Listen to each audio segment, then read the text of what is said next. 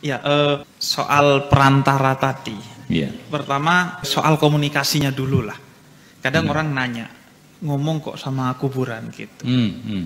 Bagi saya itu mudah sekali dijelaskan. Karena orang yang di kuburan itu kan hanya berbeda dimensi saja. Betul.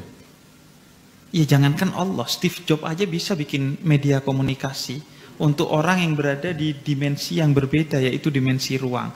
Saya bisa telepon istri saya sekarang pakai HP kok. Padahal dimensi ruangnya sudah berbeda gitu kan. Ya. Artinya itu mudah sekali. Kemudian yang kedua, soal perantara, ini kan sebenarnya soal proposal ya. Nah, memang kalau kita yang tradisinya habaib, nahdien itu sama proposal memang sangat mengerti kita. Perproposalan ini. Sangat mengerti dunia perproposalan. Dan itu biasa-biasa saja gitu. Kan. Nabi Musa pakai proposal yang namanya Nabi Harun. Karena beliau tidak bisa ngomong dengan baik, karena ketika kecil makan bara, akhirnya pakai perantara, wasilah, proposal itu yang namanya Harun. Nabi Harun itu kan proposal Nabi Musa. Kemudian Allah juga begitu, ketika Allah pakai kata ganti nahnu dalam Al-Quran itu kan pakai wasilah. Pakai wasilah gitu. Maka sebagaimana Allah pun pakai wasilah dalam beberapa hal, apakah berarti Allah butuh wasilah? Itu ya gak butuh. Tapi yang memang itu kan sunnatullah, tradisinya Allah begitu. Maka kita ikut itu. Begitu juga sebaliknya. Allah bilang, in kuntum tuhibbunallah fattabi'uni yuhibbukumullah. Kalau kamu mau ke saya, mencintai saya, lewat syariatnya Nabi Muhammad. Loh, ngapain pakai syariat Nabi Muhammad? Tapi ya itu kan ketentuan dari Allah. Allah pengennya kita pakai proposal. Jadi itu ke kubu. Ini ujung-ujungnya kalau dipertanyakan kan ujung-ujungnya syafaat juga akan dipertanyakan. Ngapain pakai syafaat gitu. Nah, kita ke kuburan, yaitu kan kita lewat kekasih Allah untuk mengetuk pintu rahmatnya. Karena bahkan amal pun itu kan wasilah. Buya tadi sempat singgung, kita masuk surga kan bukan karena amal kita. Tapi amal itu mengetuk pintu rahmatnya Allah. Rahmat Allah yang memasukkan kita ke surga. Artinya soal perproposalan ini saya kira ya memang itu sunnatullah. Ketentuan dari Allah, proposal itu menjadi sangat penting. Di dunia penting, ya di akhirat juga penting proposal ini. Kira-kira kan begitu. Kemudian yang kedua juga, kenapa kita melalui para kekasih Allah itu, dan proposal ini jelas aturannya. Karena itu beberapa ulama misalnya ya, tidak memperbolehkan mencium batu nisan.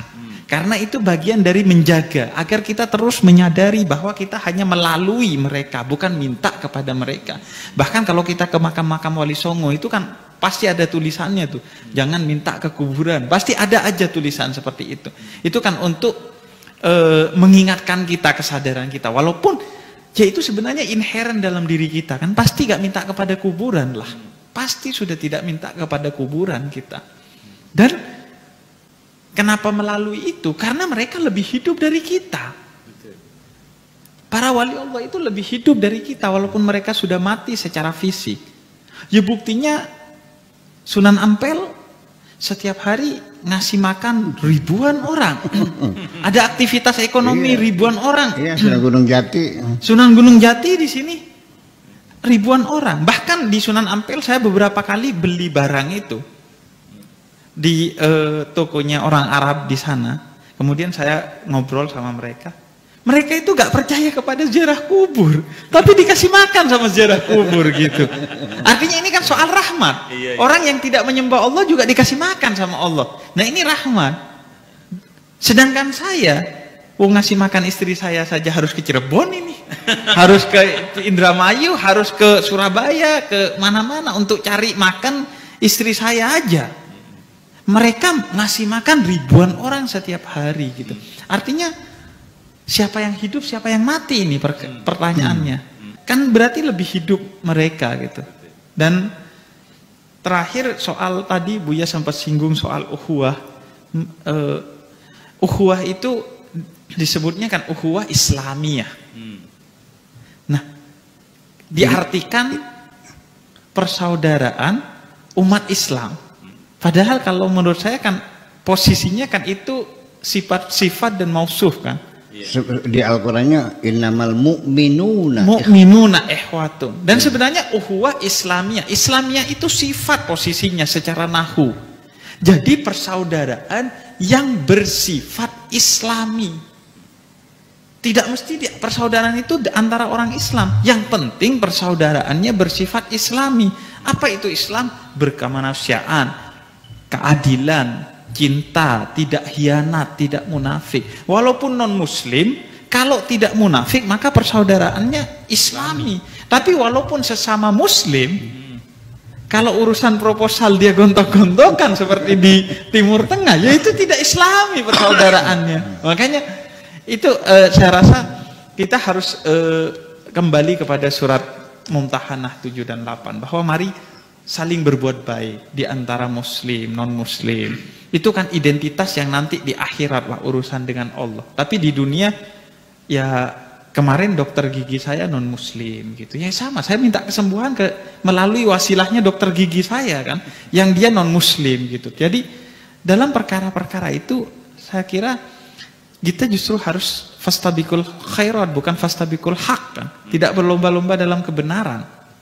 Kalau berlomba-lomba dalam kebenaran repot urusannya nanti.